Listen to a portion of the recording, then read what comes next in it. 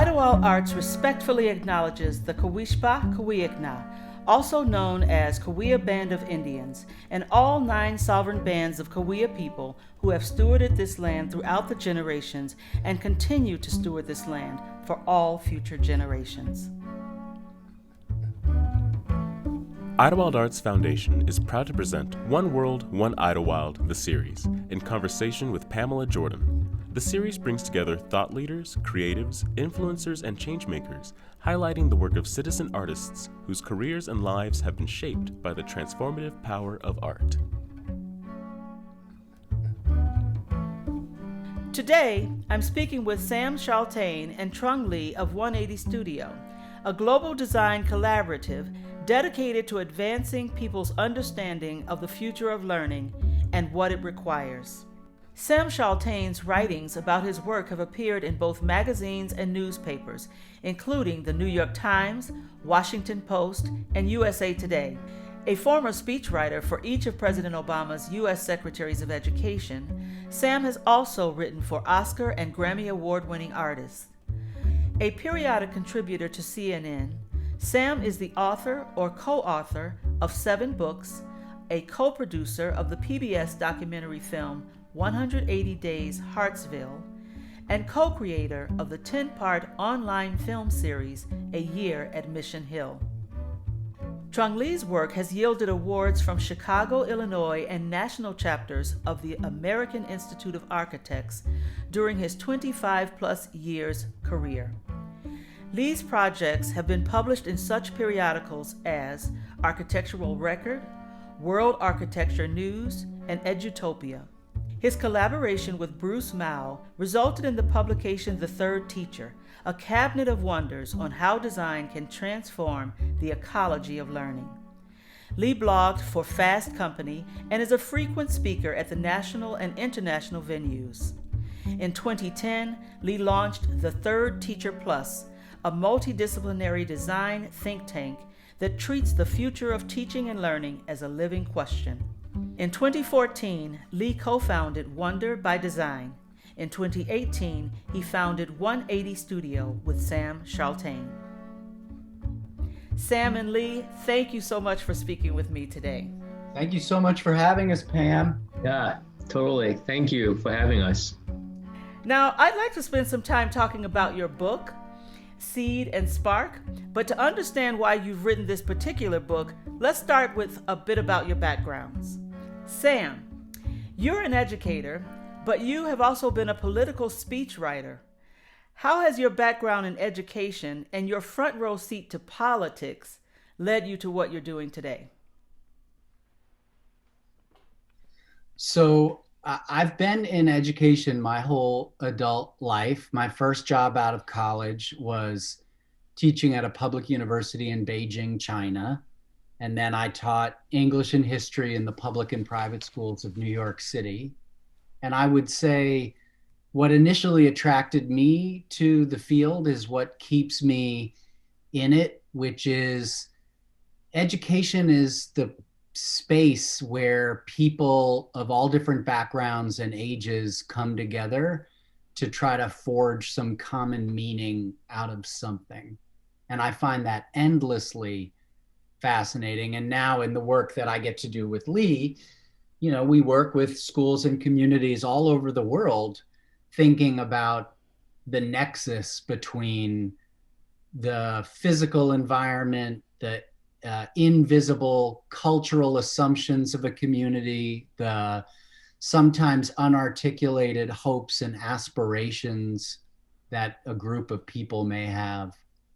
So in that sense, the time that I spent during the Obama administration as a speechwriter for both of his secretaries of education, it was very interesting to be entrusted with what to some degree is the most valuable tool of the Secretary of Education, which is the bully pulpit. You have a national platform in which to elevate and prioritize things within the field of education. So what was really interesting for me, since I would say first and foremost, I really feel that I'm a storyteller, was trying to bring that spirit of storytelling to what can also be a messy kind of secondary option of sausage making.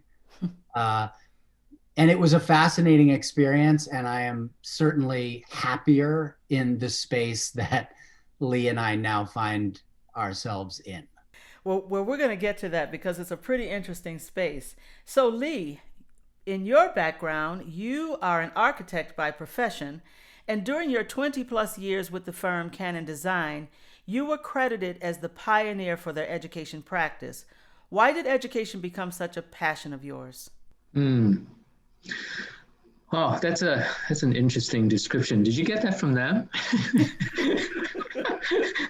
Is that an old profile that you dug up? That's written in stone, my friend. Yeah, but Pam, you were part of that journey that I was on, right? When we were involved in working with Bruce Mao, at that point, just the beginning of a questioning of how should we use design. How do we leverage design to potentially change learning, the conditions for learning, and certainly the focus on the environment itself. But I still remember one of the lunch that I was with Bruce Mao, and he was embarrassed of being accused by a younger designer of being old-fashioned. And he kind of caught himself like, wait, you calling me, Bruce Mao, old-fashioned? Right? But it did cause me to kind of think like, wow, yeah, the entire profession of architecture is actually quite old-fashioned, right? It hasn't changed in quite a while. It is very much a philosophical search for beauty, in a way. Right, and I think that there was a point where it was really focused on the human conditions, but there was a point where it's not.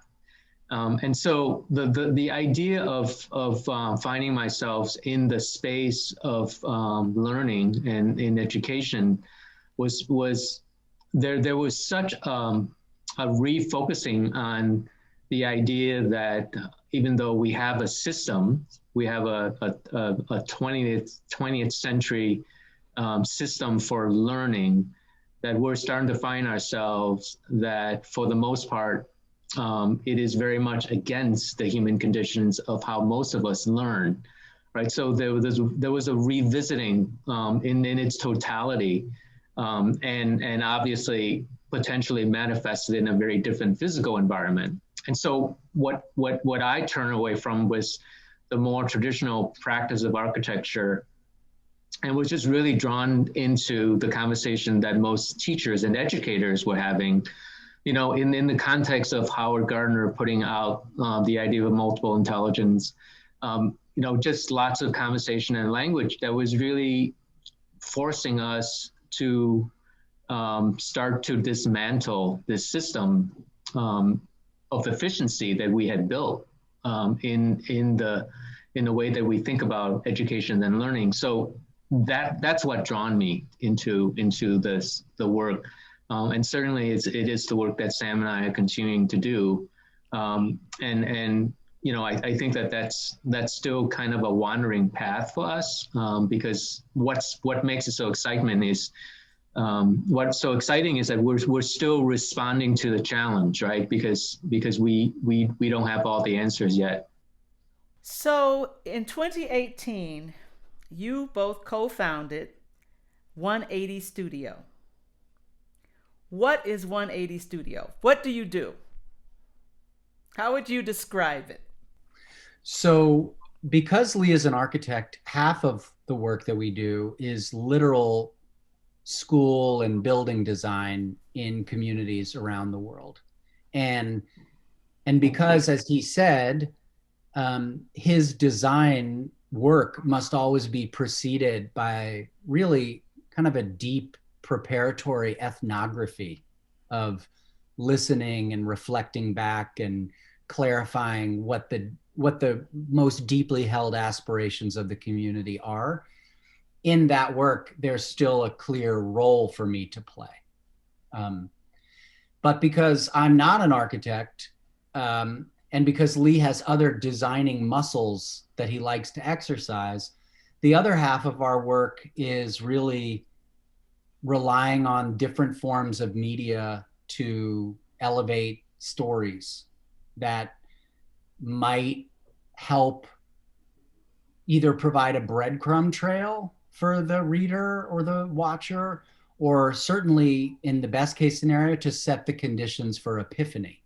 So in that sense, whatever we're doing, whether it's a book like Seed and Spark or a documentary film series like some that we're working on right now, or a new master plan for a school in Shanghai, the common thread is we're trying to create the greatest likelihood that the greatest number of people start to think and feel differently about this thing that we've all thought and felt the same way about for so long. Lee, would you add anything to that? I think that the last 4 years have brought about a different perspective to a sense of urgency, right? Relative to identity and origin stories, cultural and racial identities. And I think that just add to how much more aware and appreciative that we must be in a way that we have engagement and conversations with communities that we work with. And so I think it's upon us to be, to be more knowledgeable and to be more aware, and more importantly, to sort of double down on the idea of urgent patience, in which we know that we can make small mistakes, but we can no longer make big mistakes. And then it's also point toward the fact that we live in the midst of climate change. We live in the recognitions that we can no longer just consider the planet resources for us to use, or to somehow find, a magical balance in which we're constantly think of the planet as just resource for us to use. So I think all of that just add to, a level of challenge, but, constantly hopeful that, that we continue to find communities that want to engage with us and collaborate with us in taking on, face on some of these challenges that's facing them, right? So I think part of our work is just to bring a sense of structure and hope to the opportunity of creating something new. I think that's somewhat anchor the work at 180 Studio more than anything.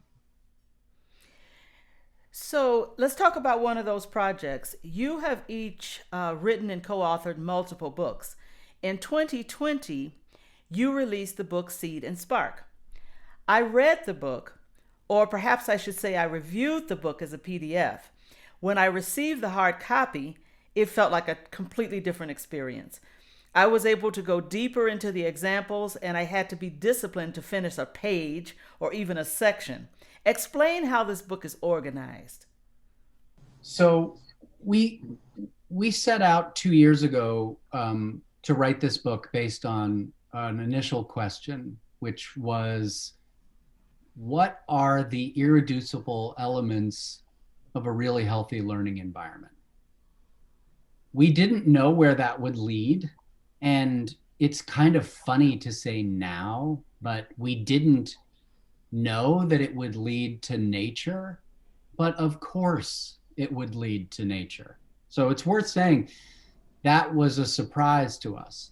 But once we arrived there, and once we became a little bit more aware of the tracks that had been laid down by people before us, identifying the central design principles of living systems, and once we saw the universal applicability of them. I mean, for example, the fact that living systems depend first and foremost on identity, information, and relationships. That sounds like the language of schooling, in a good sense.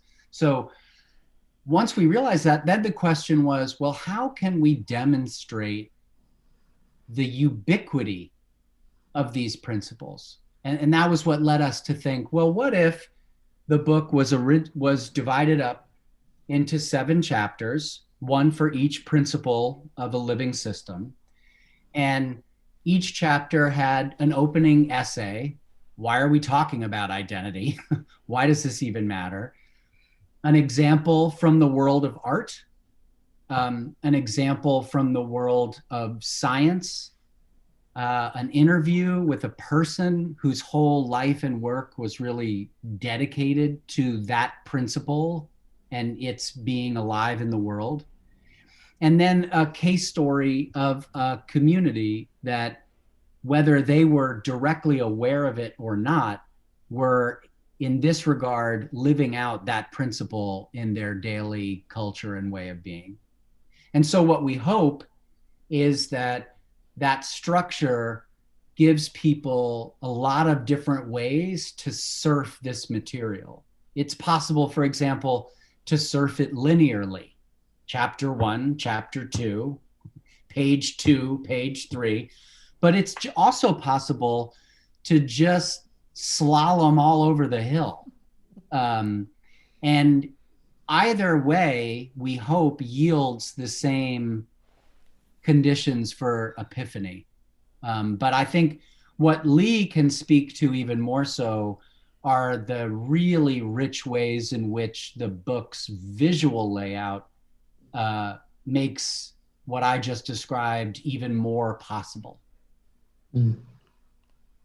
But you did describe a challenge that from visual, I didn't come out with a clear answer, which was how do we create a visual understanding of the 7 principles, right? And so there's an immediate sense of, yeah, it's a Venn diagram and it's all equal, you know, and quickly discover that no, it's not. Like if we're going to, well, in some way have an understanding that there's no way you can diagram in a way that we understand complexity of those 7 principles and how the essence is the relationship among all of them, right? There is kind of that quantum smear about those 7 principles rather than the linear aspects of one leads to another, which led to like just understanding that there is the text language, right? But there is also the potential of a visual language as well. And if we somehow can add a layer of the metaphorical aspects of the visual, it would just bring the richness and like amplify the complexity of the 7 principles. And I just thought, like when Sam talked about the idea that, yeah, we could illustrate each one of the principles through an essential question essay, through one aspects of the science, and through a story about the arts, and through a story about a community, and through a story about practitioner. That was like that was the key epiphany for me. And there's that level of richness that the writing just capture, you know, in so many different ways. And so I think that, you know, we also on this, I would say that I'm just lucky enough that every time that there is this point of questioning more than the practice, I somehow find myself involved in this kind of research project. You know, Third Teacher certainly was one of that. And Pam, I just still remember running workshops on the Third Teacher project with your students back at the Chicago Academy for the Arts. And so you were part of that sort of searching journey, I think. And for me, looking back at the beginning of Seed and Spark, you know, we were beginning on this journey of just thinking, because of the opportunities that was in front of us, just wanting to learn more, right, before we applied it to the work that we were actually doing.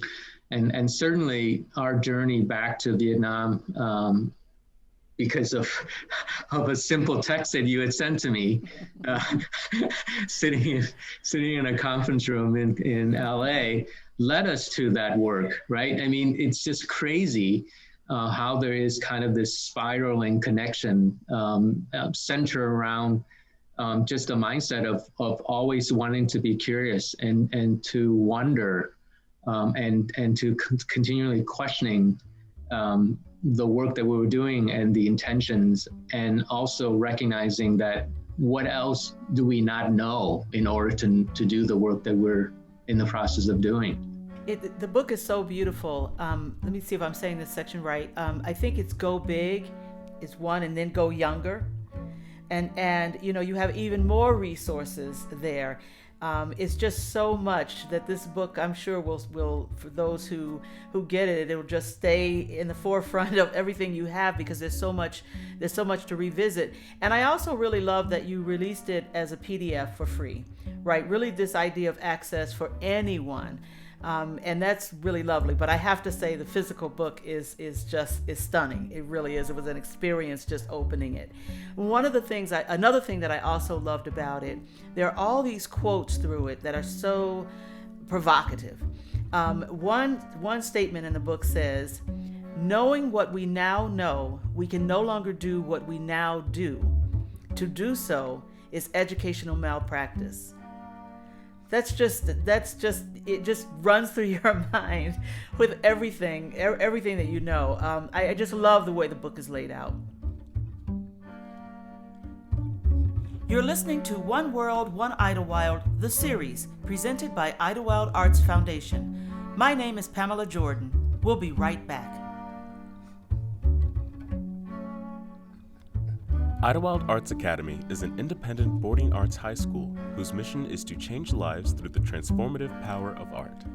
Located just 2 hours inland from Los Angeles and San Diego, and 1 hour from Palm Springs, the school sits on 205 acres of forested land in the San Jacinto Mountains. Academy students receive a challenging college preparatory academic curriculum while engaging in pre-professional training in their chosen arts discipline.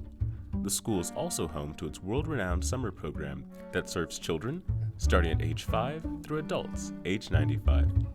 Idyllwild Arts believes that art is the greatest teacher of humanity, and that the practice of creativity, no matter the ultimate expression, hones each individual's desire and ability to craft global change. To learn more, visit idyllwildarts.org.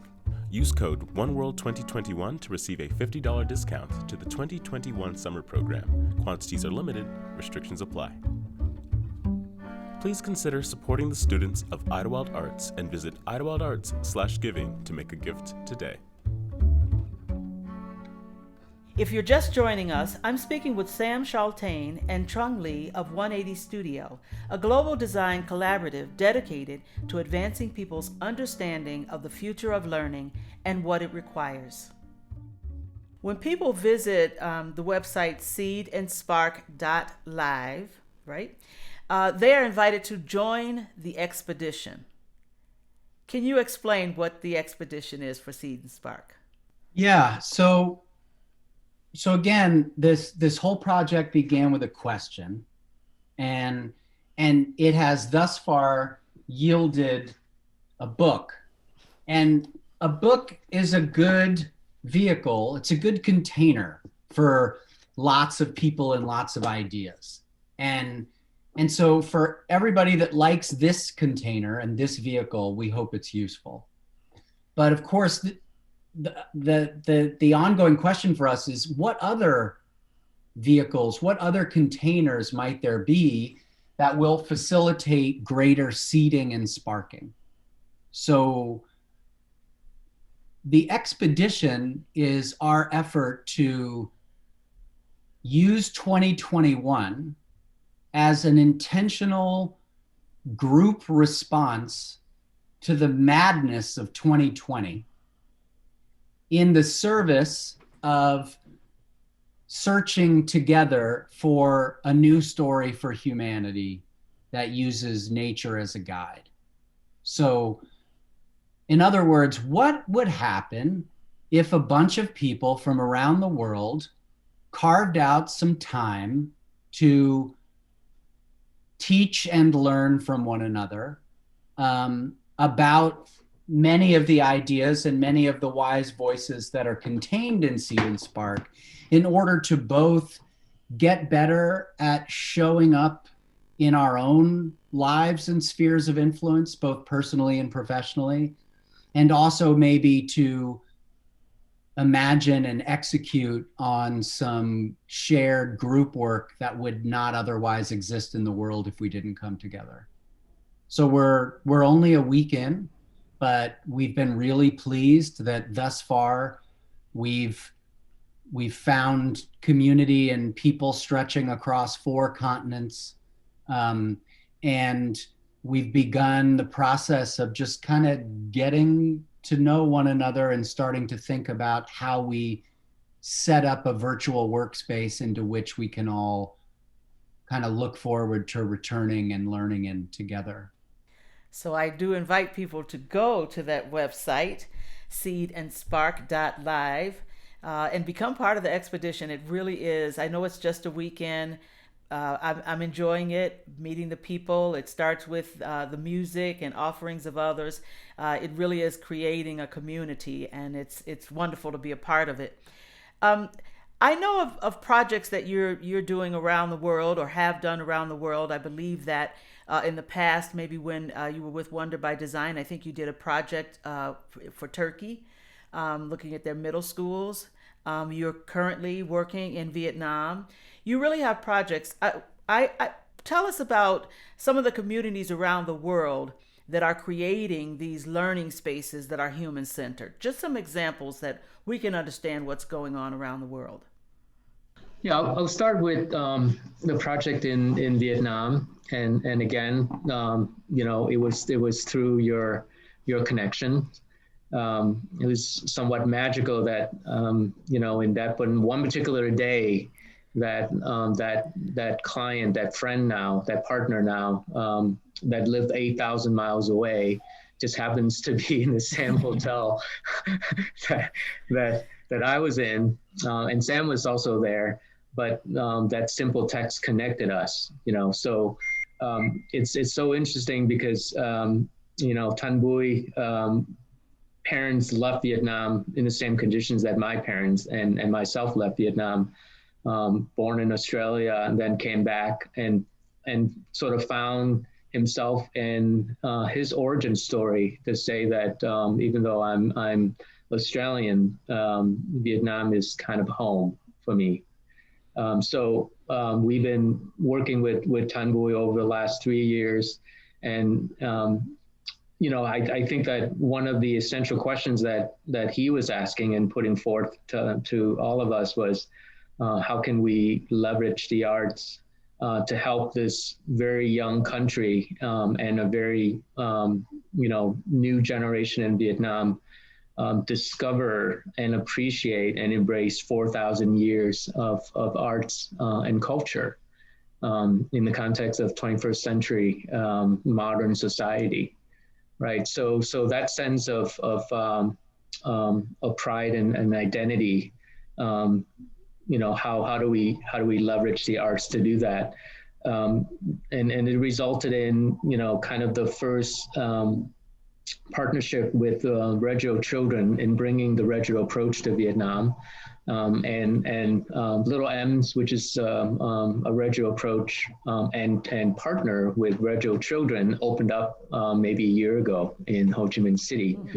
And so the next project that we're working on is a kind of an integrated city that involves not only a K-12 academies, but also involve a 2 years, post-high school college program. The arts is also there, and then community center and sports complex is also there, all in one complex.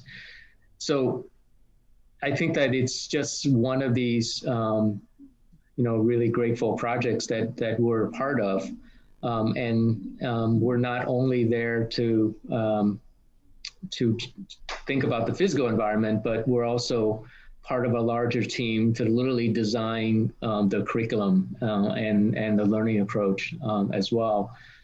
So I think it's just such a unique opportunity to kind of, have the ability to kind of design the entire ecosystem that's grounded in, what does it mean to be Vietnamese? What are all the fundamental questions that we need to ask in trying to uncover and recover some aspects of that.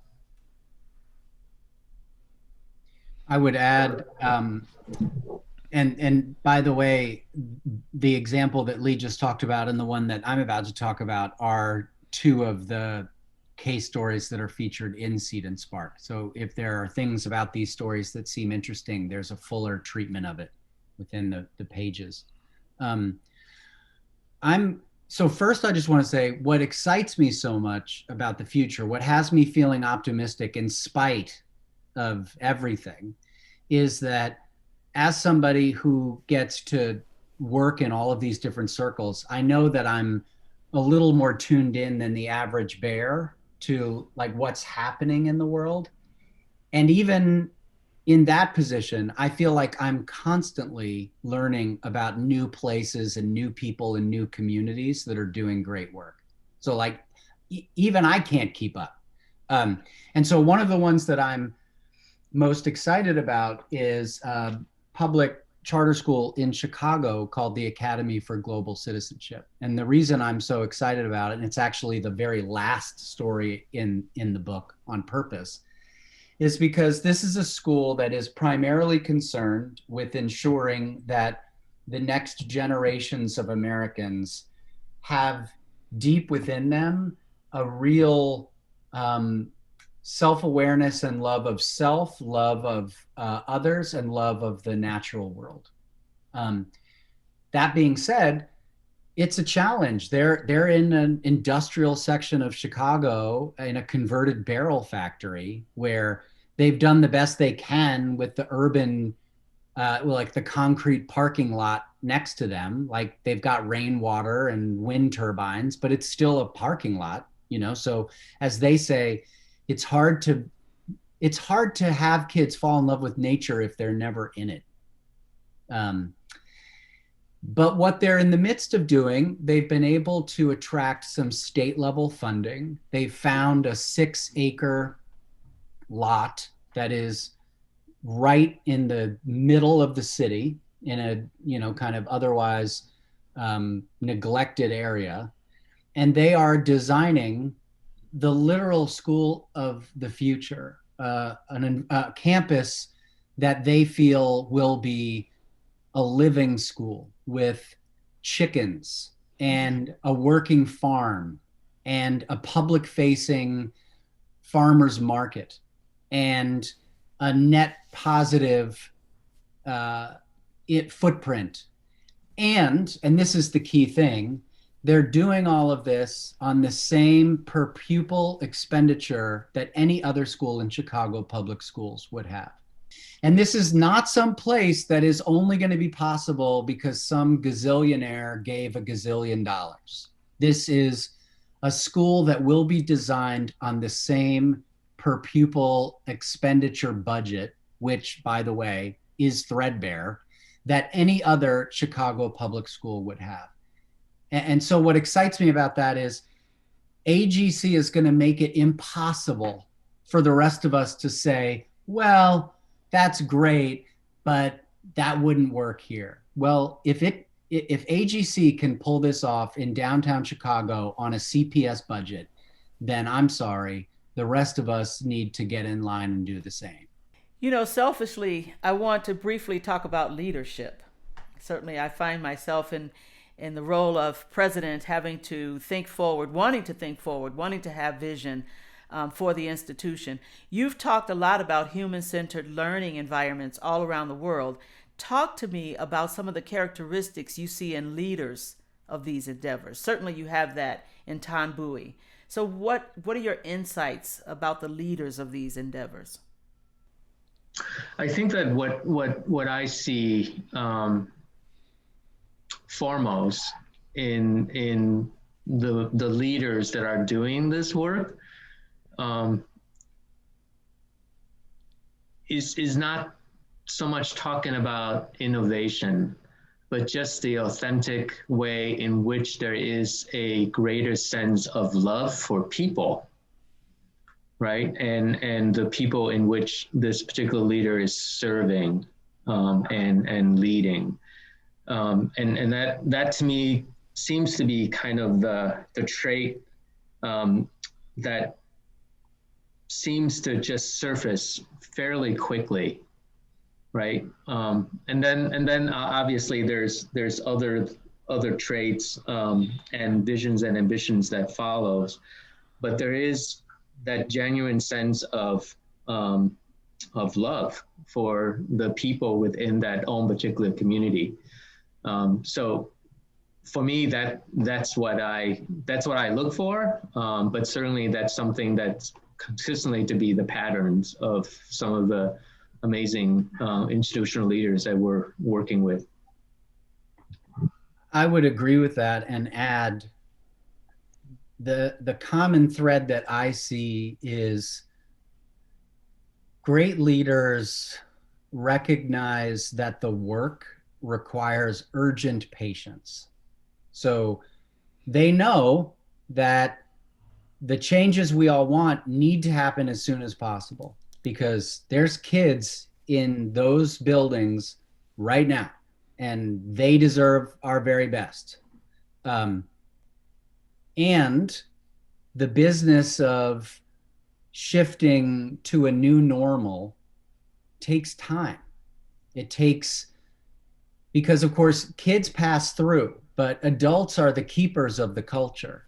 And so until the more permanent stewards of an organizational culture can explore change and get comfortable with the new water temperature in which they're swimming, then the ultimate changes you're going to want to see in that water are just not going to happen. So there's a mixture of recognizing the urgency with which all of the work needs to unfold and the patience in knowing that group shifts take time. So, as we close, what is your advice to those who wish to make change in and for their communities, but they don't know where to start? So, one of the real nuggets of wisdom that comes from Seed and Spark comes from Stephanie Pace Marshall, who's a lifelong educator of 50 years and a really just a remarkable person. And one of the things that she says is that, transformation first and foremost is an inside job. So I would say, to some degree, the most valuable thing I've learned personally in the process of writing Seed and Spark is that how we are at the small scale is how we are at the large scale. So the problem, I think, is that we think in order to begin, I've got to be doing something important out there.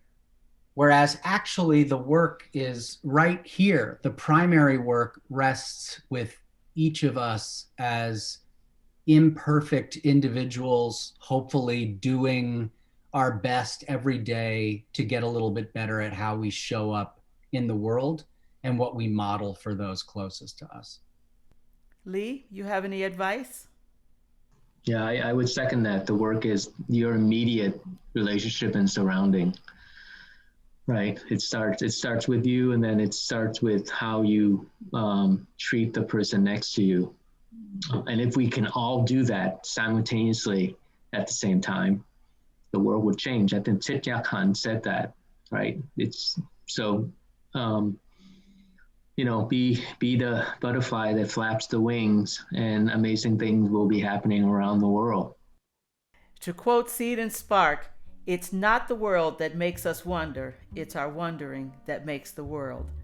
Sam Chaltain and Trung Lee, thank you so much for talking with me today. Thank you, Pam. My guests today have been Sam Chaltain and Trung Lee of 180 Studio, a global design collaborative dedicated to advancing people's understanding of the future of learning and what it requires. I spoke with Sam and Lee via Zoom on January 29th, 2021. We'll be right back with my next guest, Sedona-Sky Duffy, a musical theater major at Idyllwild Arts Academy. Idyllwild Arts Academy is an independent boarding arts high school whose mission is to change lives through the transformative power of art. Located just 2 hours inland from Los Angeles and San Diego and 1 hour from Palm Springs, the school sits on 205 acres of forested land in the San Jacinto Mountains. Academy students receive a challenging college preparatory academic curriculum while engaging in pre-professional training in their chosen arts discipline. The school is also home to its world-renowned summer program that serves children starting at age 5 through adults age 95. Idyllwild Arts believes that art is the greatest teacher of humanity and that the practice of creativity, no matter the ultimate expression, hones each individual's desire and ability to craft global change. To learn more, visit idyllwildarts.org. Use code OneWorld2021 to receive a $50 discount to the 2021 summer program. Quantities are limited, restrictions apply. Please consider supporting the students of Idyllwild Arts and visit idyllwildarts.com/giving to make a gift today. From Idyllwild Arts Foundation in Idyllwild, California, I'm Pamela Jordan with One World, One Idyllwild, the series. Today, I'm speaking with Sedona-Sky Duffy, a musical theater major at Idyllwild Arts Academy. Sedona-Sky fell in love with performing at the tender age of 10 while living in Bermuda, where she grew up. Her passion has brought her to Idyllwild Arts Academy, where she is known as a true triple threat. Sedona-Sky, thank you so much for speaking with me today. Thank you. So let me start at what I always call the very beginning, and that has to be your beautiful name, Sedona-Sky. It's unusual, and I could just see it in lights, right? Where'd your name come from? Yeah, so my parents went to Sedona, Arizona before I was even thought of or anything like that, before they were planning to have another child, because I do have an older brother. And they fell in love with it there. My mom's very spiritual, and Sedona, Arizona is known for being a place with big energies within the red rocks and all of that. And then they saw the skies at night, because it's also known for its bright red skies that are really, really beautiful throughout the day. And also there's known for lots of colors in the sky and things like that. So they said if they ever had a daughter, they would name her Sedona-Sky, because they thought that the place was so beautiful and they fell in love with it. Of all the answers in the world, that is not what I expected. I wish the audience could see you here, because you have this beautiful painting behind you with all of these colors running through it. So, I can just see them sort of speaking that into your life, and all those colors continue. But that's just a beautiful story. That's a beautiful story about your name. You grew up in Bermuda, and okay, so I looked on the internet a little bit, and I found out that when you were 10 years old, you were named Little Miss Paradise. Yes. That's great. But then I read that you never really thought that you wanted to perform. You like to dance, you like to do things, but you never really thought about being on a stage. And you said, and one day that changed. How did that change? I mean, what drew you to the stage suddenly? Yeah, so I started out dancing since I was 18 months, and that was something that's always been in my life, but it was more of just a pastime, and it wasn't something I was too serious about. And then I ended up moving studios when I was around 8, and I started doing their shows, which were more, they incorporated musical theater, and they incorporated all these different aspects of performing. And I just fell in love with being on the stage with that sense of energy, and not just the sense of all the time examinations and things like that. I fell in love with the performance aspect of it and the energy from the audience. And I did my first real show when I was 10. It was called South Pacific, and I played in Ghana in it, who is a little mixed girl. And I just fell in love with that feeling, and then I've been doing it ever since then. That's really beautiful. I just love that about all the students at Idyllwild Arts. It's that you're pursuing your passion and how it leads you to this door. So you wanted to leave home at just 14 years old. You convinced your parents to let you go to a boarding school, and that wasn't Idyllwild Arts. So what was your experience? It was what you wanted, but what was your experience? So in terms of boarding school, it was something I always wanted to go to since I was 10. I always wanted to do more performing arts because in Bermuda, there's just not really a big scene for it. And convincing my parents actually wasn't that hard because my brother went before me. So he went, so it was like easier for them to be okay with me going. And I ended up going to a school in New York for my first year of high school, which my parents were perfectly okay with. I did apply to other schools and ended up choosing New York. I wasn't allowed to apply to Idyllwild, but I went to New York because it's only an hour and a half away from Bermuda by plane. My mom works back and forth between Bermuda and New York, so it was easy. They could see me all the time. And I really did love my experience there. It was an amazing school, and I loved all my friends. I still speak to all of them. And it was definitely a learning opportunity, but it was a very heavy academic school, and that was kind of what it was known for. It was feeding kids into Ivy Leagues and things like that to focus more on like humanities and subjects like that. And for me personally, it just wasn't what I wanted in the end. I had focused more on dance there, not musical theater. And I just felt like for what I wanted in the long run, it was not the place for me. And so I didn't end up applying to Idyllwild until May. And I didn't come visit the school until May either. So it was really, really late in my freshman year that I finally made the decision to switch. And I remember I came on the day where seniors announce where they're going to college. And I had another girl here, Ariel, who is from Bermuda. So my mom spoke to her parents, and I think that made them feel a bit better. And we saw the community and how everyone was uplifting and where these people were going in their future, because that was ultimately why I wanted to leave my other school. And it was just such a sense of community, and my parents felt safe with me up here. They felt safe with everything. And so I did convince them, because at first it was just a visit. I did my audition, I did get in, and I convinced them, and then they ended up letting me come here. That's beautiful. When you're pursuing your passion and you're happy, at a young age, there's so much more you can do than feeling like you're fitting in a box, and you're doing well. So, I would imagine your time here has just created more opportunities for you, not fewer or a narrower path. So I've watched you perform many times over the years, and I kind of tease you a little bit, but I'm actually very serious. When it comes to the stage, you have what is very well known as the it factor that nobody really seems to be able to describe. But you're a triple threat. You clearly have worked on your singing, your acting, your dancing. I just saw you over the weekend. Which role were you playing? Roxy Hart or Velma? I can't remember. I do remember that scene ending in a perfect split, and all the dancing and singing. But really, I feel that so often when you're performing, the eyes just draw to you because you're just giving off so much energy. So I guess my question is, what do you get from the audience, and what do you hope the audience gets from you? For me, I feel like the reason it's been so difficult because of COVID is because what I really felt like I get from the audience is their sense of energy and their emotions, because when you're performing, you can feel it affecting other people in whatever way that is. And I feel like seeing that reaction from them, it really puts that into me as a performer and makes me build up what I'm doing when I'm performing live and create more authentic performances, because people are right there and I'm reacting to them reacting. And what I really like to give to an audience is a story and a journey through whatever I'm doing, because I feel like in especially live theater, there's such a sense of giving and there's such a sense of vulnerability between performer and audience. And I really want to give people a story and just a journey and not just a song, a dance, or a monologue.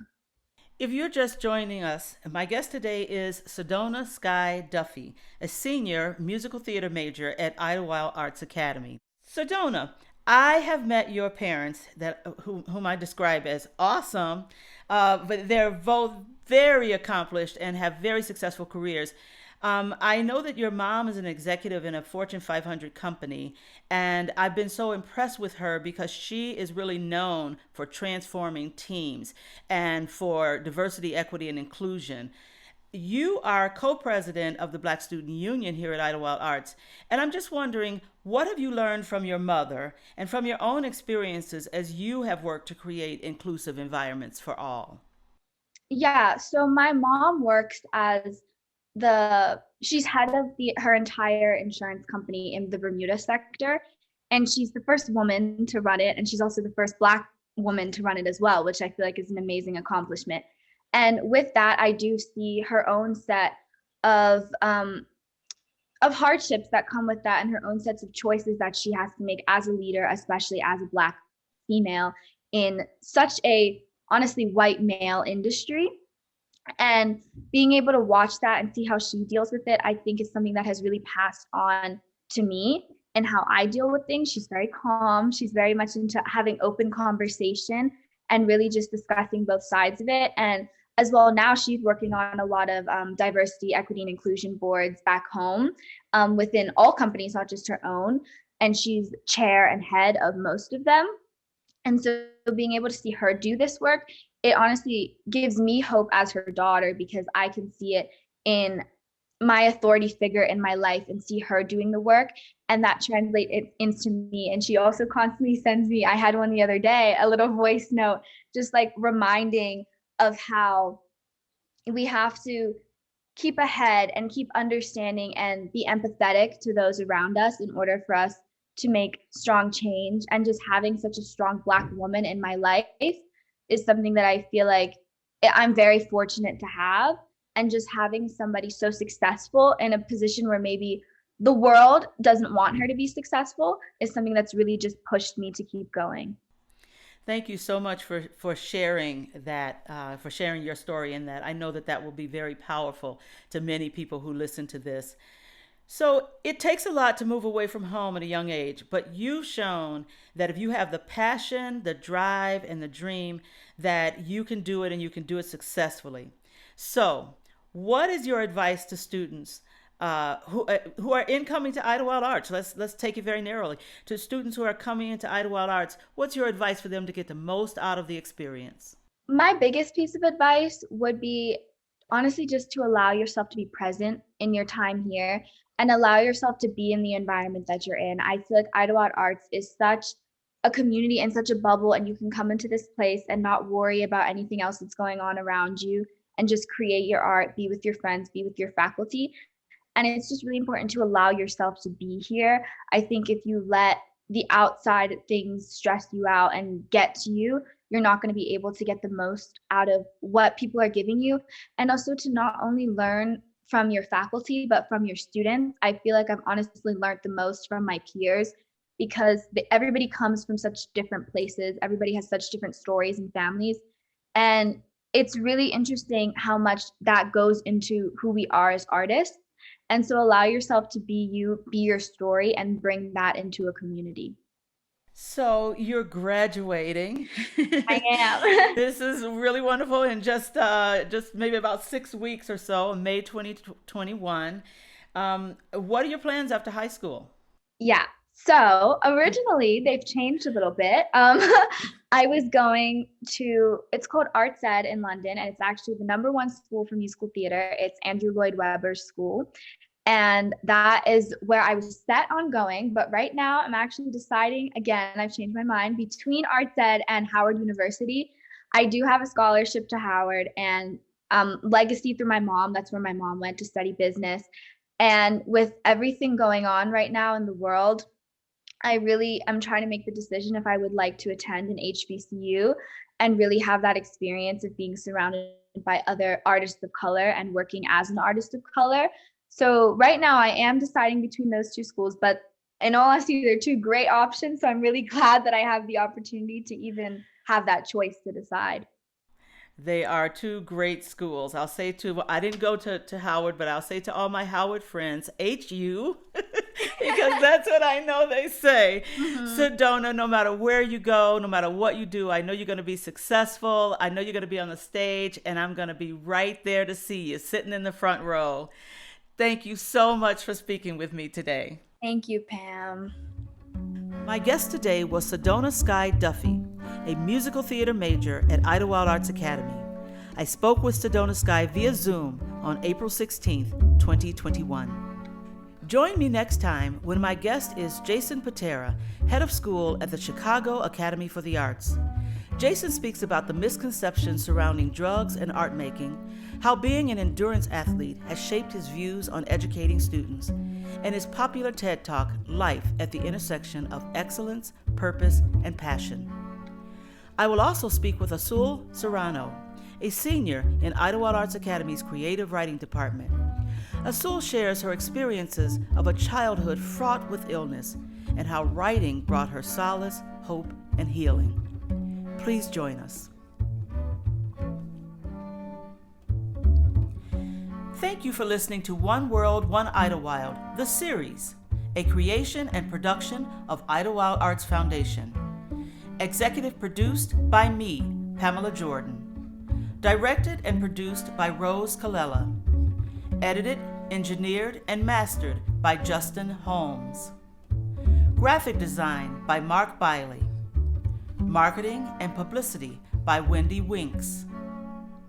Marketing assistance by Rose Colella, Andrew Edwards, and Nick Ryan. Production and research assistance by Keith Miller.